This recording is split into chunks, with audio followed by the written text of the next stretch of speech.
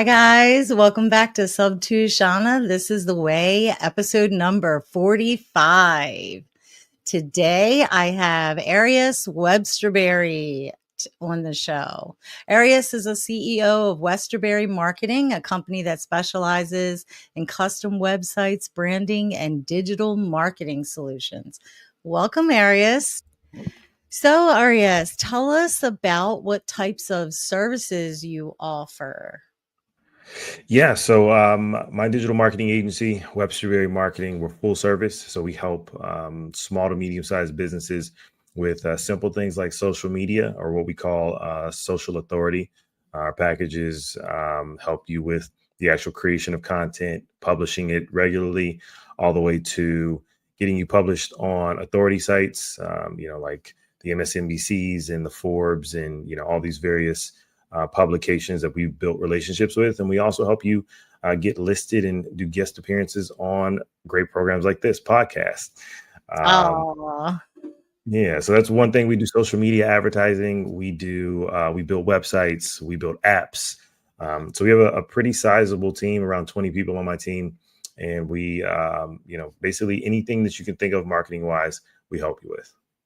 yes. We have a lot of real estate investors who have lots of needs. I saw that you have like website and sales funnels. And Yeah. so tell us about that. We'll go over like all the things like one by one. Yeah. So we definitely build websites. I think that's actually kind of where I started kind of freelancing on the side when I got into digital marketing. So I worked for the largest digital marketing firm in the world at the time, which was Reach Local. They had like 5,000 employees on multiple continents and countries. And I would just kind of build Wix sites on the side for people real quick. And since I was at a digital marketing agency, we got into all the other stuff, but websites are kind of the base. If you don't have a website, you're not really in business. And then funnels, right? So websites are more like a digital brochure of your business, and funnels are there to restrict the amount of things that they have access to or can choose as far as your service offerings, and kind of get them to just focus on one objective at a time. So we started building those things in order to help businesses generate leads and convert those leads into dollars. Oh, nice. Okay. Do you offer like helping to hook up these sales funnels to like CRMs? Absolutely. So we have one of our own. It's called Ignite Funnels. So it is a drag and drop website builder. It also has a funnel builder inside of it. We build all of our client projects on top of this platform. It has a CRM that's built into it. It's also got a phone system that allows you to, two-way calling and texting, as well as bulk text and voicemail drops. So yeah, we do full integrations and automations and all those things that connect to everything that we build. Gotcha. Okay. And one of my favorite, SEO. Talk about how you help with search engine optimization. Yeah, so SEO is a fickle beast. We don't Yes. really offer that as a service by itself. We used to in the past, but we do perform SEO on all of the sites that we build. And then all of the marketing that we do is done with off-site SEO in mind. So we do some very advanced SEO tactics on the pages and the different things that we build. And then as we create messaging, we always keep SEO at the forefront of our brain to make sure that you're ranking when you publish content into various social media platforms. Okay. So when you say ranking, you're talking about social media platforms. Are you talking about Google as well, or mainly Yeah, social? so search engine optimization. Obviously, Google is the largest search engine in the world. Uh, Only the number two is actually YouTube. Funny enough, also owned by Google. Right. So when we are creating websites, we want you to for people to be able to find you. We want them to see that you offer a certain thing, and when they go searching for it in their local area, that you rank. There is a particular way that you structure the building of websites, structure the content in the layout of websites and pages in order to allow search engines to understand what your website is about and start to glean what services you offer, who you serve, and what problems you solve. So when someone says gardener near me, your website and your offerings come up. The same is true for social media. So when you're creating content, you want to structure the caption, you want to structure the tags that you're attaching to that content in a way that makes it easier for search engines to understand what that video or what that picture is trying to convey. So when we're creating captions for clients, we're always thinking, okay, based on what you do in your local market and the context of this particular piece of content, how do we make sure that the text matches and it makes it easy for a search engine to find it and index it? Gotcha. Okay. And social media ads. Yeah, this is, funny enough, search ads is where I believe most businesses have a huge opportunity to grow. You hear a lot about social media and, people doing TikTok dances and, all of these, interesting things to generate attention and drive traffic. But people kind of hesitate or they take a step back or seize up when it comes to ads. Why? I don't know. Because what we've seen with our clients is it is the easiest way to force a message into the feed of your target demographic. With social media management, you can do a lot of things to get or garner attention, but you don't always get the same level of exposure or impressions that you want because it's organic. It's up to the social media gods as to whether they like your content and they want to show it to more people or not. But with social media ads, it gives you the opportunity to pay to play, right? If you have some decent content and it's something that people resonate with, well, you can pay those platforms a certain amount of money to show it to a certain number of people. And, it's up to you. You can spend $5. You could spend $500,000 on a piece of content or an ad campaign, and it's just going to get you in front of more and more people and drive more traffic to your business. What do you think is the best social media platform to advertise on, or does it matter on the product or service? Yeah, it very much depends on your product, service, and your target demographic, right? So, if you're trying to reach 14-year-olds to sell them some new widget or a game, right? LinkedIn probably isn't the best platform for you, right? Conversely, if you are trying to get to C-suite executives, well, TikTok or Twitch or Snapchat are probably not the best platforms for you. Not that those people aren't on those platforms, it's just you have a higher concentration on different platforms, and people go to different platforms for different things. So it very much depends on your product, whether you're business to business or you're business to consumer. Okay.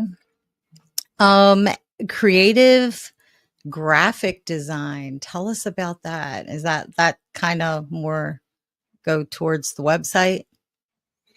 Yeah, with all the sites that we build, we always do custom graphics for them. Graphics and videos typically what makes a site come alive and really shows it to be high quality.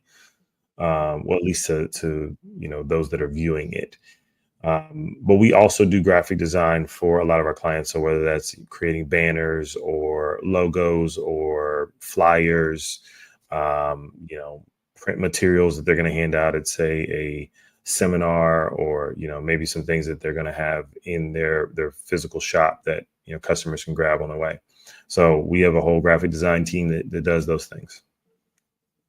Okay. All right. Like intro and outro videos for podcasts, right? Yeah.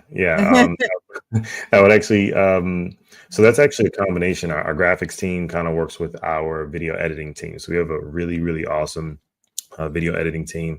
Oh, We have like four or five people on our editing team. So they are awesome. They're always coming up with new stuff that wows me. So they usually kind of work with the graphics team. The graphics team will come up with something to center things around, and they'll hand it over to the editing team, and they'll kind of make it move and spin and jump up and down.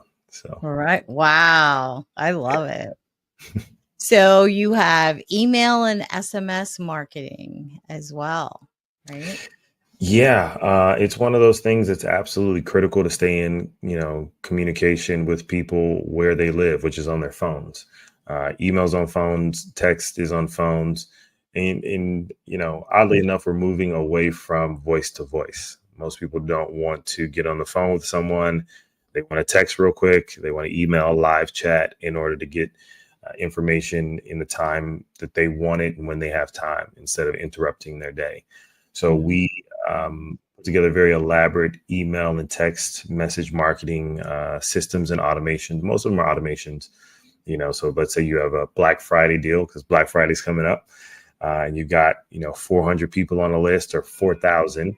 We'll take that whole thing and we will send out those messages to people in mass, and then once they respond, some of our automations take hold and start to respond to them, and hopefully guide them to your offering and turn them into a lead and a customer.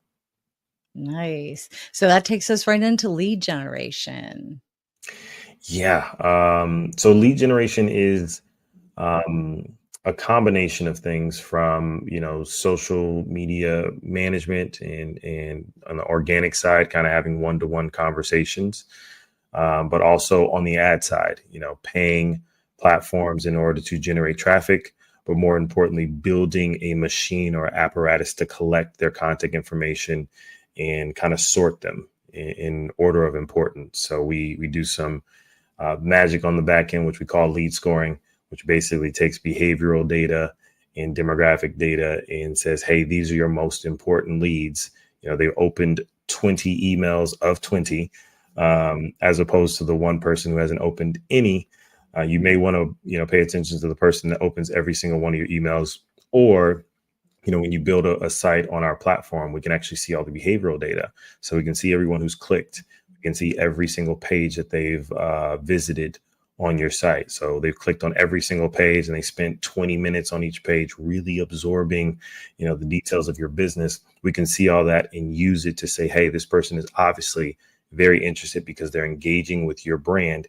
Even though you're not talking to them, they're showing you with their actions that they're interested, and they're probably someone you need to contact. Wow, that's interesting. I didn't know you could get like that in-depth data on what people are looking at in the opening and stuff. That's Yeah, I wild. mean, it's pretty crazy how much information is actually there if you know how to or where to look. The average business owner doesn't know, doesn't care, which is fine. We're geeks. We love doing those things. So, just finding someone who is passionate about what they do and is willing to go into depth then benefits your business. Gotcha. So you have 3 different websites I saw. One was, the Websterberry Marketing, which has kind of all the things, right? Yeah, yeah. All the things we just talked about, that's on the agency side. And then you have Ignite Funnels, so I guess people could just, get that service alone.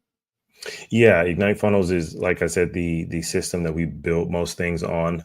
You don't need us to build on it. You can just go get a subscription, and if you're technically savvy or have some time to learn, you can jump in there. We've got tons of website templates and sales funnel templates, email templates, text marketing templates, automation templates, all in there. And we've got a whole video library that kind of shows you how to use the thing. Pricing is real simple. It's anywhere from $57 to $157 a month, and it's self-serve. Nice. And then the other one was Launch Ignition AI. Yeah, this is my newest venture, the one I'm most excited about, the one we're going to be spending the most time on in 2025 and 2026. Launch Ignition was born out of a little bit of guilt of me turning away business on the agency side.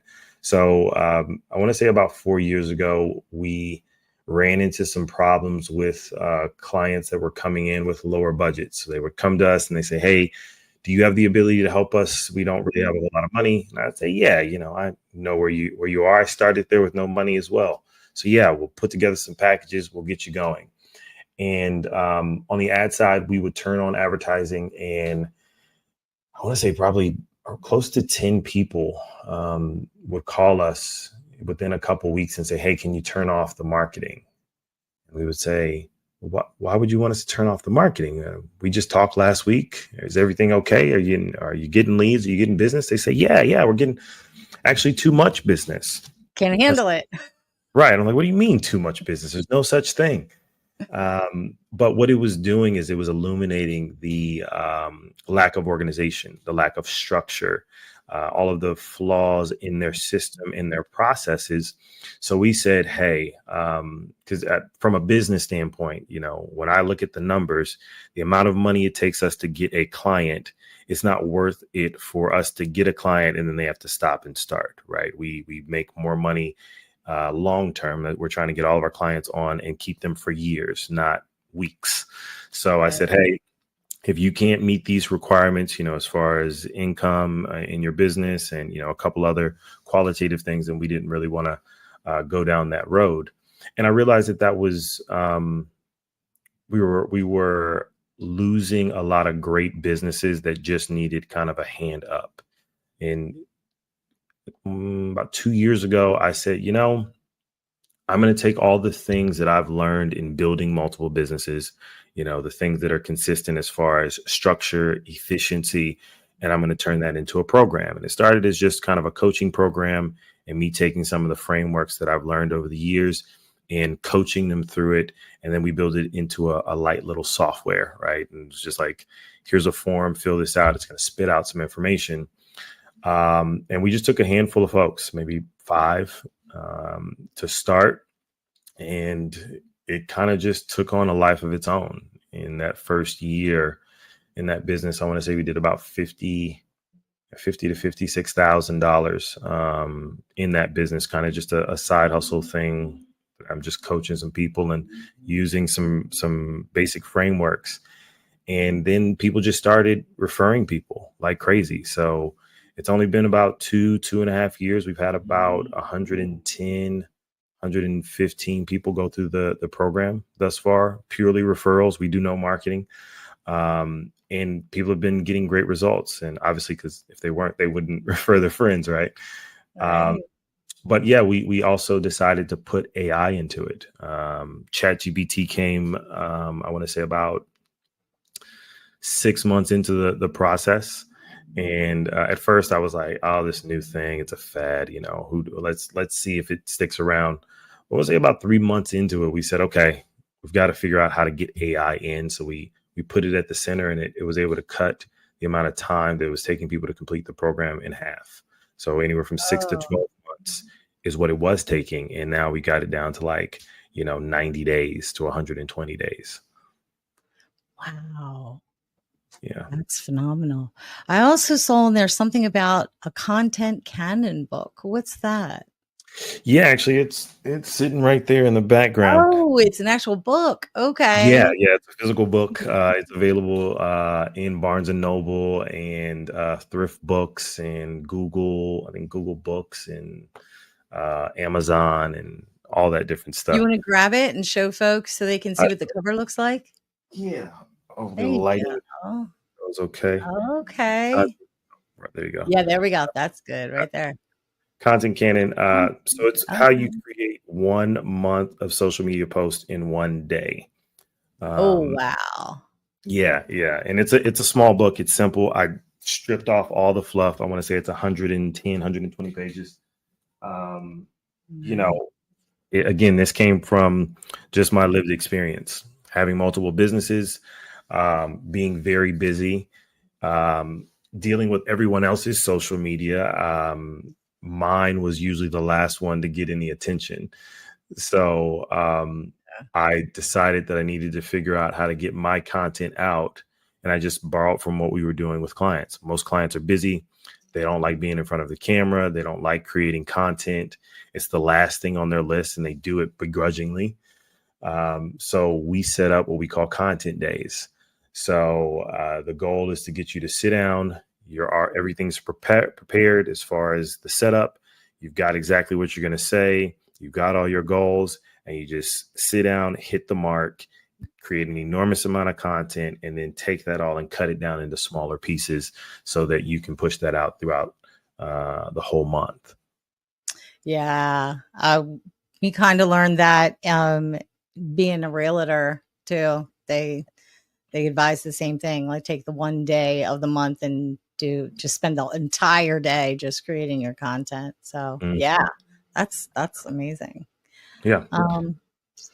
Okay. So what are you looking for right now to level up in your business?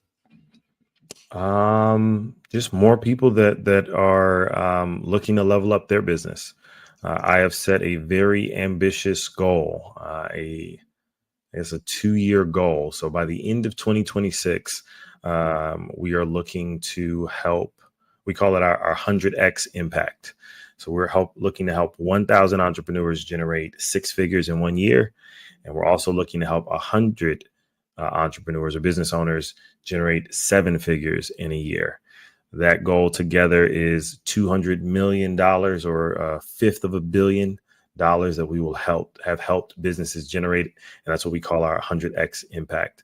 So that's what I'm focused on. I'm focused on helping other business owners reach their goals, generate profit, feed their families, pay their employees, and help solve problems for their customers. So what kind of clients or what kind of businesses do you usually attract, or is there a category of businesses or a type of business that usually are more attracted than other types? On the agency side, we have over 200 customers, so we've got quite a few businesses that we serve regularly, and they range. The Crown Plaza Hotel is a client, Nyack Cognac, which is an international spirits brand. We have doctors and dentists and car lots and apparel brands and everything in between on the agency side. With Launch Ignition, which is where we're really focused with this goal, we see a lot of solopreneurs, a lot of people that are creating courses. We see a lot of people in real estate, in the finance space, so financial advisors, content creators, people that are really trying to figure it out, that are a lot of 1-man, 2-man, 3-man bands. Our system is really great with them because it forces you to take your idea, get it out of your head, structure it, figure out exactly what it is that you offer and how you deliver your products or services. And then we help you actually create that thing and get it into the market. So this is obviously on a personal nature kind of question. Do you have any podcast show clients? Actually, yeah, so it's so funny. I have spent all of this time not really spending any time on my personal brand. And at the end of every year, I ask my team, like, what can I do better? What can we focus on more? And 2 years in a row, they've said, we want you to go do podcasts and do interviews and actually get in front of the camera, because obviously I love to talk, Right. and use that gift. So yeah, as a result, I like numbers. So I said, hey, I'm going to do the podcast thing. So we need a goal. And I said, I'll do 100 podcasts by the beginning of summer 2025. And because of that, I think I've done maybe 15 or 16 now. It's only been a few weeks. But yeah, we've picked up a lot of good clients on the podcast side, those that we've interviewed with, or those that are asking for interviews, and they say, oh, you do marketing? Sure. Can you help us? So I've got quite a few that we've picked up in the last few weeks. Nice. Okay. So what are your interests and passions outside of your business? I'm big on travel. Travel is probably my biggest passion.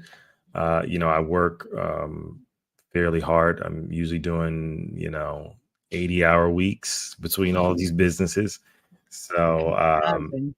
usually, 2, 3, 4 times a year, try to plan a big international trip and, disconnect, unplug, and decompress.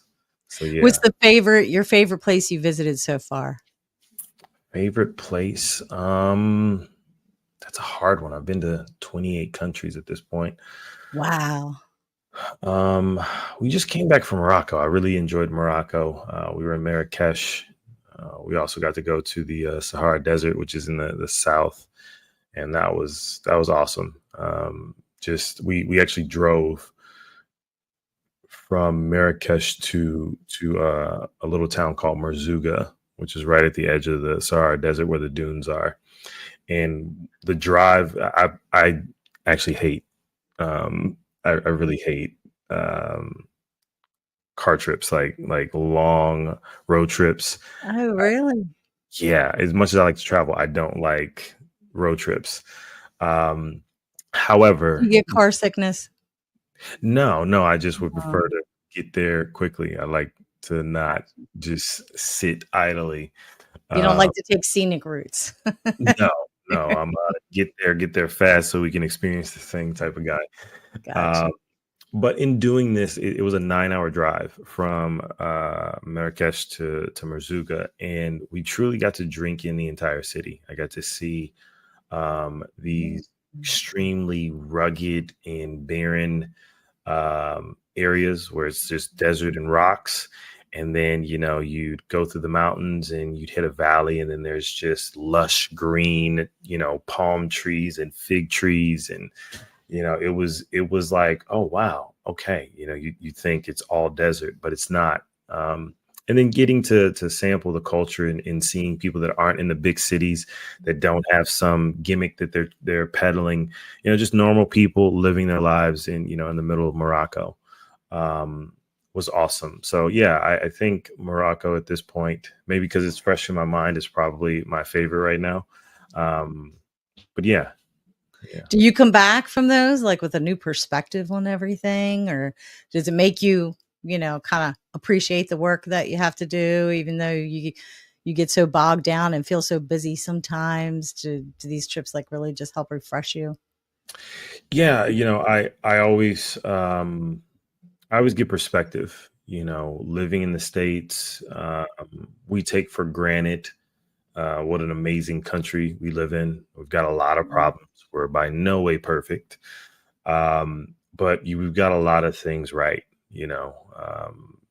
The the level of services that you have access to, that if you're hurt, someone comes within a few minutes. Uh, Right.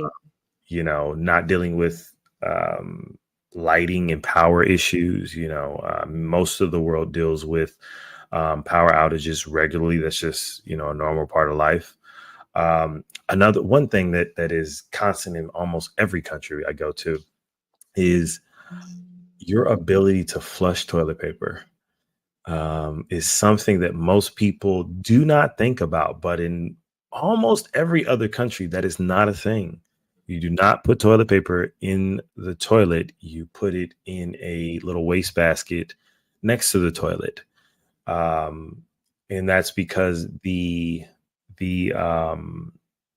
pipes in these areas are like, an inch, you know, Ooh. big. So when you start putting paper in there, it completely clogs up the system. And if you're staying in a hotel and things like that, you can mess up the plumbing for the entire building.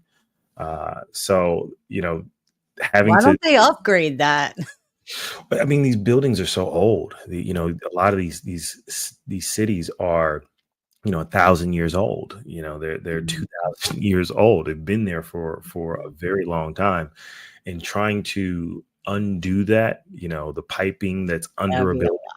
yeah. And when you go to a lot of cities, because they've been around so long, the density, right? I'm looking out my window right now, and there's big, huge streets with 4 or 5 lanes. In a lot of these cities, it's 1 or 2 lanes, and the spaces between buildings are, very narrow corridors, and it's a new building that was built on an old building, and just trying to unravel that is difficult. So something as simple as the ability to flush toilet paper, or just remembering not to flush toilet paper when or you're even there. just having toilet paper, some of them. Yes, yes. We were in Cuba, and my girlfriend, we were taking a bus from one city to the other because she loves road trips. I hate road trips. Um, but we stopped to grab some food, and she went to the restroom, and there was a little lady sitting there, and she had a basket, and she had like a stack of toilet paper, and she walked up and she said, "How much would you like?" She said, "What do you mean?" She said, "Well, how many sheets of toilet paper would you like?" And she's like, I don't know. So then she just, it's like, I'm not gonna do this. So she came back to the bus, and she said, "Yeah." She asked me how many pieces of toilet paper I want. I didn't know what. I said, "Just buy the roll." Right. Yeah. Okay. And then she went and she asked the lady, "Yeah, how much for the roll?" And she kind of looked at her weird, like, "You want a whole roll? That's crazy." But yeah, not everywhere, toilet paper is just an everyday occurrence and it's readily available and it's no big deal. Right. So again, it's just these very simple things that you take for granted that we have here in the States that, is very, very much a commodity in other places. Yeah. Yeah, that's true. Plus, our country is younger than most other countries. So that's why we have a lot more room and bigger roads and this and that. Yeah. Um, yeah. So, you have a podcast or coaching program? I do not have a podcast. I get this question on every podcast. Everybody keeps asking me. Well, I if guess you decide to do one, you know where to find the people to do all the back end stuff. indeed, indeed. Yeah, no, I don't have a podcast. My team is trying to edge me to doing it. Well, we'll see. But coaching, yeah, the only coaching program that I have is Launch Ignition, right? So Launch Ignition is a software, Launch Ignition AI, but it's also a coaching program. You get the chance to meet with me or someone on my team to help you structure your business and help scale it to six figures and beyond. And then we also have a accountability meeting that we do every week that I call the Launch Ignition Town Hall, where we sit and we get into the nitty gritty of, hey, what are you getting done? What did you get done last week that you said you were going to get done? And what are you going to get done next week? We call it the 7 to 7. Oh, so And accountability. Accountability absolutely, partners. Mhm. absolutely. That light peer pressure so that, you show up, you don't want to be the only kid that didn't do his homework. Right. So yeah, that's my only coaching program. Like I said, I'm focused on helping entrepreneurs make 6 and 7 figures. Nice. Okay. Or, if you didn't want to start a podcast, you could at least start like a YouTube channel. You have a whole team to help you with that, right? I do, and they that's what they've been telling me. Like, we've got everything. All you have to do is get in front of the camera and talk, and then Yeah. just Like over. tips and tricks. And, if this seems too daunting for you, or if you want help with this, we got you. Link in the Right. description. Check out our company. You're gonna get me to pull the trigger and bite the bullet. So Yay. yeah. Okay. So I have two questions actually. Before we do that, anyone who would like to get a hold of Arias, here are some social links and all three of his websites. You can find him on LinkedIn, Instagram, and the three websites that we talked about today with all the services that you have. Mhm. And I want to thank you for coming on the show. And I have two questions that I like to ask all my guests at the end.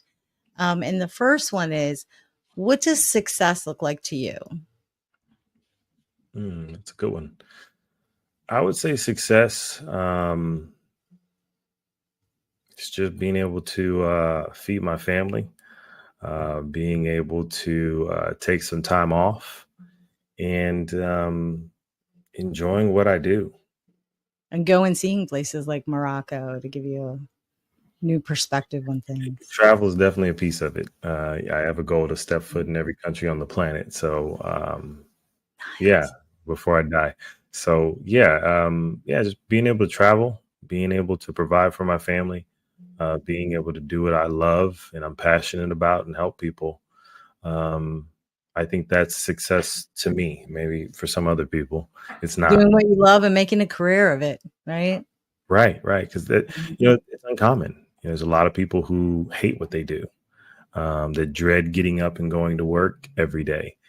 And we spend so much time working. I'm like, I couldn't imagine not enjoying what I do. And especially in a country like America, you can literally get paid to do anything. Every single thing that you touch or look at was made or produced or sold to someone. Why not you? I don't care if you're obsessed with paper clips, right? Somebody gets paid to make them and sell them. You know, um, Right. so why spend time doing something that you don't enjoy when you only get one life? Very true. I like that. I love that. And the second question is if you had one piece of profound advice that you could leave with our listeners and watchers that could potentially change their life, what would that be? Done is better than perfect, especially Mhm. in business, but in life, it's better for you to attempt and fail, or do so at a subpar level than to never do. You learn through doing. You get better through trial and error. In this very visual space and time that we find ourselves in, a lot of people are afraid of people judging them or making fun of them, or clipping it and using it for some way to kind of pick at them. And that's just the world we live in. But it's better for you to have done it and maybe not hit the mark than to never have done it at all. I know so many talented people that have, that talent just kind of bottled up inside of them because they're afraid to fail. And I tell this to my team. I tell it to all of my customers, my students, my friends and family, that done is better than perfect. Just do it, right? Don't overthink it. Yeah, Just get there, put it out there, take constructive feedback, and just make the next one better. that's deep. Love it. We have a thing we say in our real estate investment community, and it's fail forward. You Mm, fail, get up, do it again. You fail, indeed. get up, do it again. Because every time you fail, you're going to learn Yeah, really well. Those failure lessons, they're the ones that stick with you the most. That yeah, indeed. I've learned way more from my losses than my wins. yes. Okay. I want to thank you so much for coming on the show. Thank you, Arias. This was a lovely episode. I very much enjoyed it. Likewise, it was a lot of fun. I appreciate you having me. Yeah. So if anybody would like to get Arias's book, you can get it for free. Link is in the description. You just pay shipping. And any all of the other links that we have shown, they're also in the description. And we want to thank you guys for joining us. And we'll see you next time. Bye.